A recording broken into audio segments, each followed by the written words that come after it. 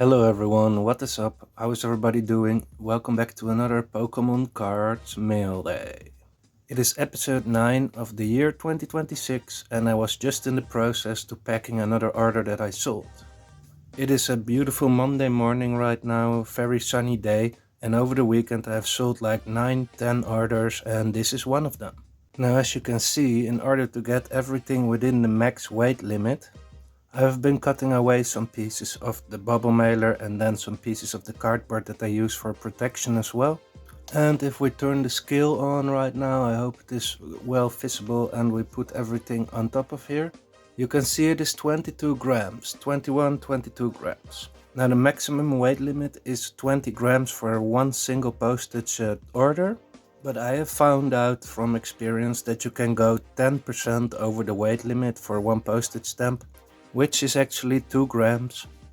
I will have to narrow it down a little bit more because I have to use some tape to tape up the part that I have been cutting away from, because usually it has some kind of glue strip here, but I cut that away.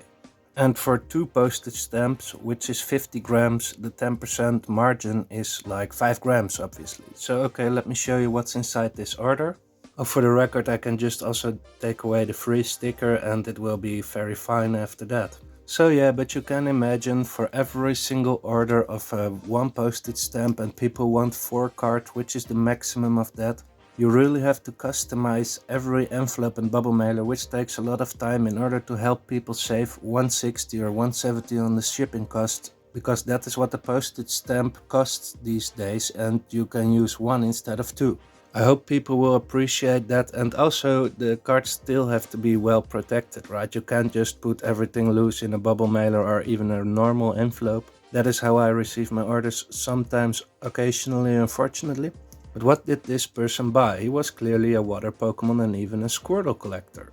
Here we have a Pokemon Go Squirtle, a beautiful So-So artwork. I listed this card only this morning, and then we have the My First Battle Squirtle that I've showed in the previous episode, which happens to be yesterday. Take a look at that if you want. And this entire order was 15 bucks including shipping, so I think this person has a really good order for a really good price. So after the My First Battle Squirtle, we also have the My First Battle Wartortle, really cool stamp, really unique artwork, and I think, yeah, if you end the order off with a Wartortle from the set 151, a Japanese art rare, this is a really cool order all in all. The prices of these cards are going up very quickly, guys. I sold mine for 9 bucks. I can't find a new one for 9 bucks. So or I have to pay the price for selling it cheap, or I am not going to buy more because I already have a lot of them in my personal collection binder. Anyways, this will be shipped out very shortly, maybe later today, probably later today actually.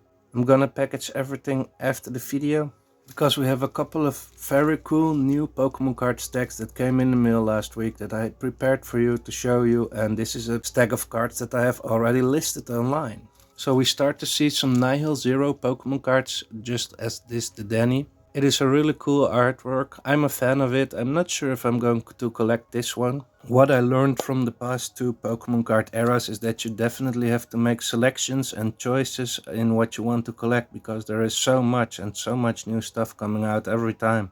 I decided to put one more of my Cosmos Foil Electabuzz 151 promos up for sale. So did I with the electrodes. I've been buying these in bulk when this box was just released. Then we have some more regular cards like commons and uncommons that I've been putting up for sale. So this one is also by So-So, great artist. I think he also made some artworks of the Van Gogh Museum. Some special Pokemon promotional artworks, not the literal Van Goghs obviously. Or did he? No, I don't think so. And then we have a Litten, which is by Narumi Sato. Funnily enough, when I just started out collecting in the Sword Shield era, at the start of the Sword Shield era, I started to put aside some cards that I really liked, and this one is also from Narumi Sato. So you can see that I really favor some kind of artist's works, without me knowing it back at the time, but now that I look at it. Here we have one more Darkrai, folks, an Articuno art rare. So where was I? I can't remember. Anyways, we'll move on to one of those classic collection ciders that you might have seen in the last couple of weeks as well. I've been purchasing a bunch of these cards, just like the Articuno lately. Those are reprints of the original vintage Fossil and Jungle cards, if you haven't noticed. I know there are a lot of fans of the 5-band graphics artworks. It's not my favorite, but I do like this one. I think it holds some potential for the future, and I'm also collecting some other full art cards from this era.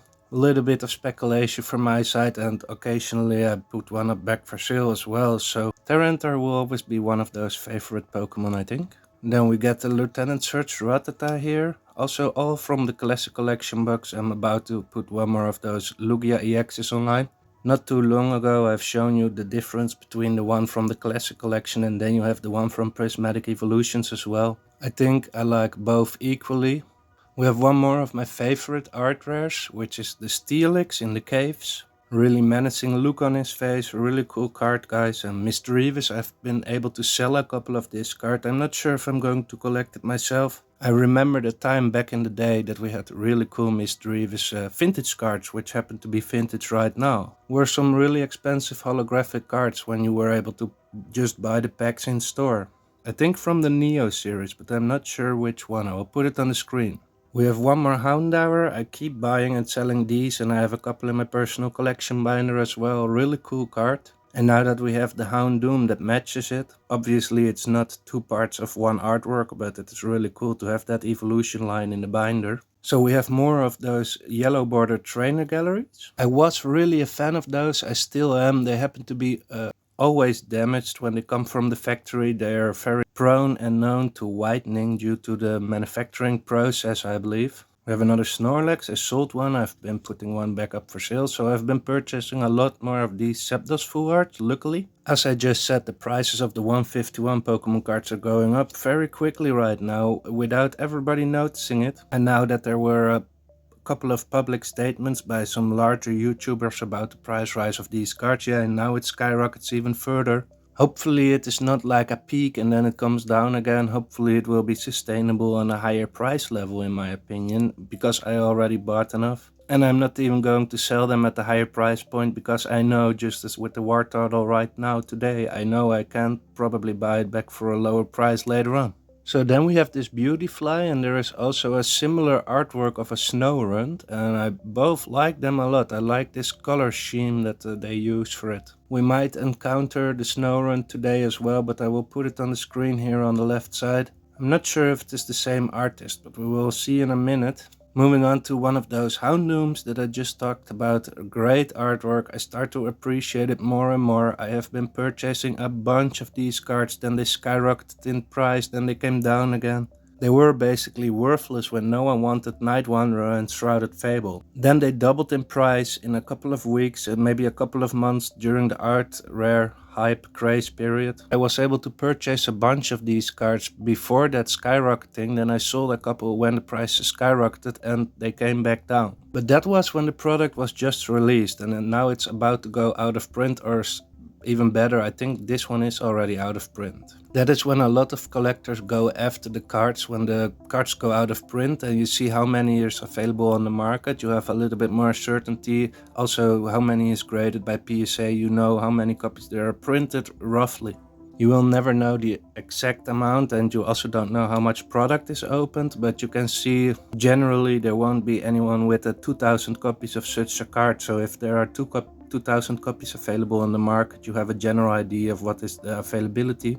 We have a Team Rockets EX promo. Then I have purchased, which is still incoming, another Team Rockets Mewtwo EX promo, another artwork, and I believe there is even one more artwork in the regular set of Destined Rivals. So I think I will add those to my inventory. That is a card that I want to keep in stock forever, so I'm going to buy 10 or 20 copies, and every time one sells and I have the option or opportunity, I will buy more. These are now between $1 and $2. I think this one is already close to $3. The other one is already close to $4, but we will see that in another video. And then you have the set version, the one from the Destined Rivals, and perhaps there is one in Ascended Heroes now as well. That one is a little bit cheaper, so I'm gonna try to buy a lot of them, and I think the prices might go up. So that if the prices go up, I can sell into that, and I don't have to be worried for a long time to have to buy new ones if I'm going to buy them now. So some are overpriced, some are underpriced. These I have up for $1. I purchased them for 50 cents. Then yet again I have to spend 50 cents on the shipping too, so I don't make a buck on this, but I got the other cards that I wanted for my personal collection for a little bit cheaper if I manage to sell those. It's a lot to take in, I know. Here we have some regular cards from the set Celebrations, folks. And so there are some more that I really like this Palkia is really cool, and we have Team Aqua Kyogre, and you have Team Magma's Groudon. I think they might hold some value in the future, as we have seen with some regular Generations Pokemon cards, but those also have a foil pattern, or a reverse foil variant rather. Speaking about reverse foil and foil pattern, I got this Raichu. I purchased it as holographic version. It clearly states holo rare. I've been looking all over the card, but I can't find the holographic part, folks. I sent a message. I said to him, you have sent me the wrong variant of the card. Ok, thanks, cashback is possible. So I said, what do you mean? Do you want to give me the money back? That is fine solution for me. No more reply. So I'm stuck with this one while I paid for the holographic one. And then even it is in excellent condition. It is not even near mint. So just an L buy. I have to take that L, folks. It happens a lot lately. Another Darkrai. We have a Dendra here. And I hope you guys can help me describe this problem, because I saw it. And when I zoomed in, you can see here, this is not normal. Like here, the foil, there are stains in here, and I think that is more common on other 4 trainers from this era or period, but you can see there are a lot of stains. Well, if you keep the card like this is what it's supposed to be. And now when you turn the card around, you see these stains. I have described it as surface damage, but I think it might be ink layer error or something, and maybe it is still near mint by that. But I have listed it as excellent, little bit of surface damage, and who knows. We have the Fisherman that I have shown before. It has not sold yet, so I relisted it. We have another Groudon. I sold one. I put a new one up online. One of my favorite cards from the entire Scarlet Violet era, and maybe one of my favorite cards ever. And all that, while Groudon is not even in my top 10 favorite Pokemon. I've been thinking about what my favorite top 10 Pokemon are, and I think it changes a lot over time. Number 1 is definitely Kabutops. Then we have Zapdos and Pichu on a close second, I think. Or rather a shared second, because I can't choose between those two, but I like Bulbasaur as well. Aerodactyl is really cool. I used to love Pidgeotto a lot. I thought that was a really cool Pokemon in the anime. Haunter, how can I forget? Haunter is one of my favorites, definitely.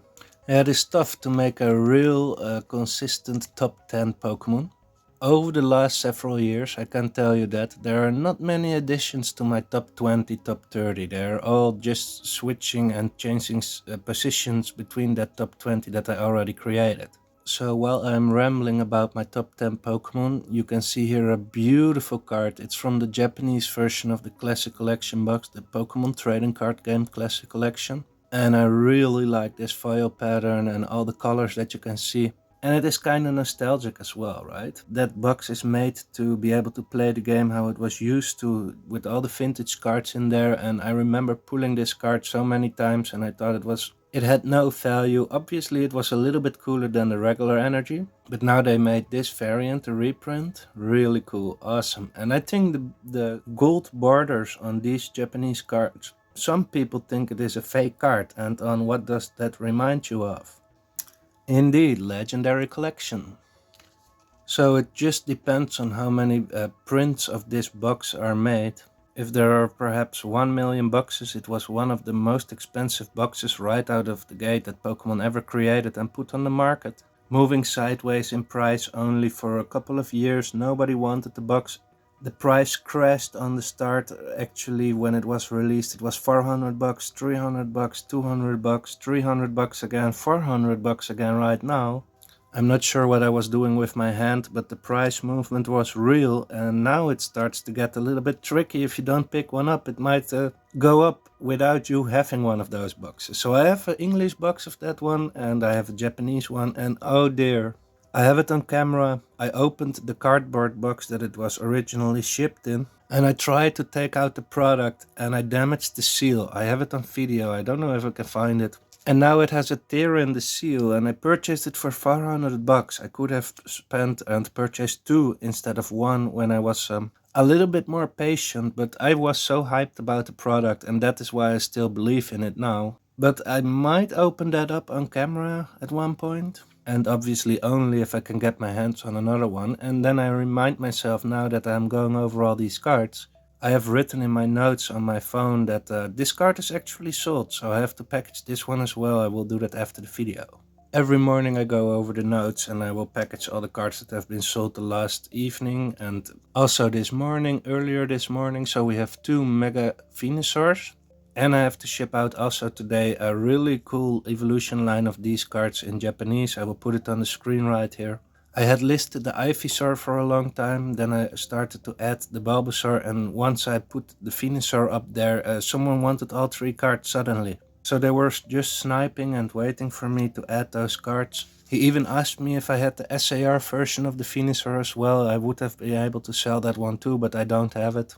So that is pretty cool, as we are taking a look at this mythical and legendary Shine Collection Keldeo, folks.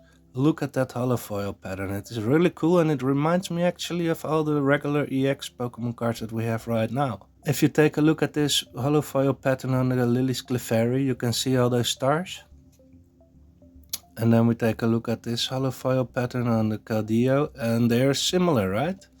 It's tough to show them both on camera, both actually in the right light setting rather. Yeah. So those stars look eerily similar. This has a little bit more stars and everything, as you can see clearly. But yeah, I think they might have some overlap in there. And this is not something that I was hunting for, folks. I have put it back up for sale, but it was a card that was, when I was purchasing some other cards, it was in someone's inventory, so I thought, okay, just let's add it. Then I also thought and kept in mind, okay, it is listed as near mint. It might not be near mint, but it is near mint. It is a really great card. Keldeo is only not one of my favorite Pokemon, unfortunately.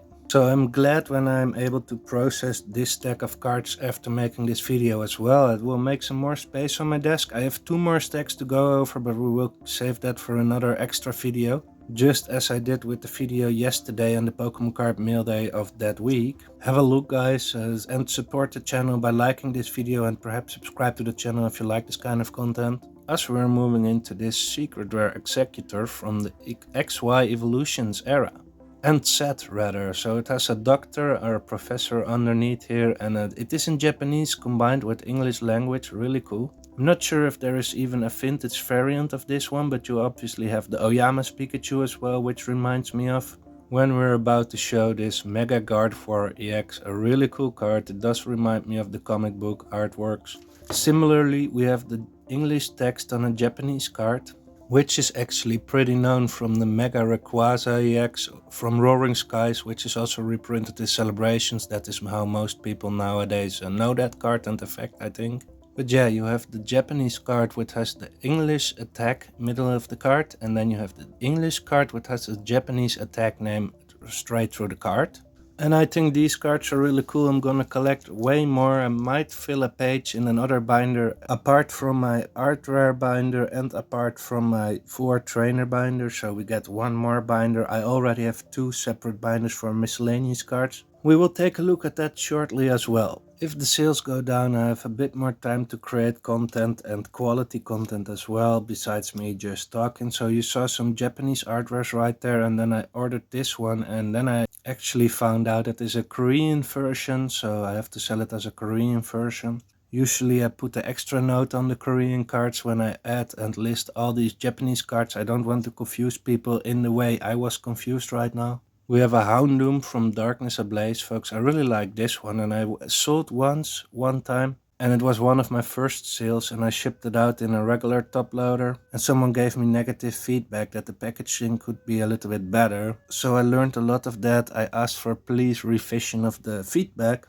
and that I wouldn't do it again, and I kept my promise. Obviously, I'm now shipping out very well packaged everything. People comment me for that as well. That's really cool. So we move into the Komiya Drowsy. I'm very curious to see what these prices will do. I was actually talking with William in the comment section about how some of these older artists are bound to retire at one point. Is it not now, then it might be tomorrow. And then we will start to see all new artwork from all new artists. Here we have Kagamaru Himeno, really cool art. I've been able to buy and sell a lot of this card. It is a Radiant Collection Energy Volume 2 or something, and then it is the Celebration Fanfare Pikachu. So I'm really curious what the retirement of those artists will do to the prices and availability of the cards. I mean, like, you have a lot of fans for Komiya, for example. You have the Naoki Saito cards, you have the Naoki Kimura cards. A lot of fans of Yuka Mori with the claymation art. Obviously a lot of Ken Sugimori and Mitsuhiro Arita fans. I'm one of those. I'm really fan of Mitsuhiro Arita and some others as well, obviously. And not only because he created the Charizard. I just happen to like those artworks of him, the earlier artworks, a lot. And then we move into the Snorunt that I talked to you about with the color scheme just similar to the Beautyfly. I think these are really cool artworks as well, both. And then I picked up a Snorunt from Raging Surf. I will put that on the screen here as well. And it is so funny that I have never seen that before. Well, it never caught my attention at least, but I purchased it, I put it online one day later when it arrived, and it sold the same day, so that's a really cool one as well. Well, I'm sitting on this new one for quite a bit already, but yeah, it happens, it's really cool. Then we have those, what is it, War of the Worlds with Tom Cruise, or it is actually an old fiction book besides the movie. Really cool Toad-Screw artworks. Not too expensive, 150 or so. I tried to sell it for 220. And then we have this Shining Fido, really cool roll of dough. Pretty cheap promos if you ask me, and then I tried to make a buck or so on it. Then we have very quickly some promos. I've been purchasing more and more of these. I've been selling some as well, which is really fortunate. I started to stack up on those. I have like 20 or 30 copies of each of those. And then I have like 5 to 10 copies of each of those, and I was afraid I'm never gonna get rid of them again. But in time, everything works out. I'm selling them one by the time only. People come to me, ask for a discount if they buy one of each, and I'm like, okay, if the order is above 50 bucks, I can give 10% discount. And to end the video, folks, if you're still here, I'm gonna show the new part that I picked up for the personal collection. Because it is only a couple of cards, and I will include them again in the other episode that I will make in the near future of the part 2 of this. We have Lady, beautiful Ivysaur, finally a Dawn. I've been waiting a long time to purchase this one. We have one Piplup. I might put it in the personal collection, I might not. And then I picked up 3 of these Professor Oak's new setups, or Professor Oak setups from Cosmic Eclipse, and I think in Japanese Remix Bout. And the funny part is, I picked them up at the start of February, and 2 did not arrive, and only 1 arrived. So I lost out on like 20 bucks an order. I am still in discussion actually with Card Market support, because I can't just lose out on 20 bucks. I don't think those people have sent their cards to me. Obviously it was untracked letter, so you will never know for sure, but I have never lost one order. I have sold like 3,000 orders right now, and I have received 2,500 orders. And not one of my own sent out, shipped out orders has ever got lost in the mail. Actually one to Italy, but I don't trust that person as a buyer either. He only has 200 buys and already 5 not arrived shipments. Whereas I have now, with the addition of those 2 Professor Oak new setups, 18 not arrived shipments, and half of those 18, it is really cool that you have a list of orders that have not arrived. You can see that the last ones, number 15 and 16, were from 2024, 2025, and then now suddenly 2 in 2 days. This card went up significantly in value as well in the meantime, so I guess you can already guess what is going to happen. They are going to relist it. And half of those previous 60 not arrived orders are all suspended Card Market accounts, or they are in vacation mode for 2 years already, so I think there is just obviously something going on. Postal Service works with the Six Sigma system, I believe. That means that only 1 in 1 million orders, or I think 6 in 1 million orders, is supposed and allowed to get lost eventually. I have even received some half-baked envelopes. Some were stuck, some were resealed by the Postal Service themselves with a sorry note. Their stuff doesn't get lost that easily and often, folks. Don't believe those sellers that say, oh yeah, it is just lost in the mail. No. It almost never happens. But yeah, that was a little bit of an end rant there. I hope I get my $20 per card back on the Professor Oak setup, and I hope I can spend that to buy 1.5 card more because the value went up. And then hopefully a little bit more trusted sellers, and we have a really cool Team Rockets Giovanni here. I have been purchasing 2 pieces of this one as well. Those both arrived, and I'm gonna add a binder row in my 4 trainer binder of this one. I have Giovanni's XL now. I need the boss's order from Rebel Clash, I think, but that is kinda expensive already. And now this is the new one. I want the SAR version as well. Folks, if you like this kind of content, thank you everybody for watching, and leave a like on the video and subscribe, and I'll catch you all on the next one.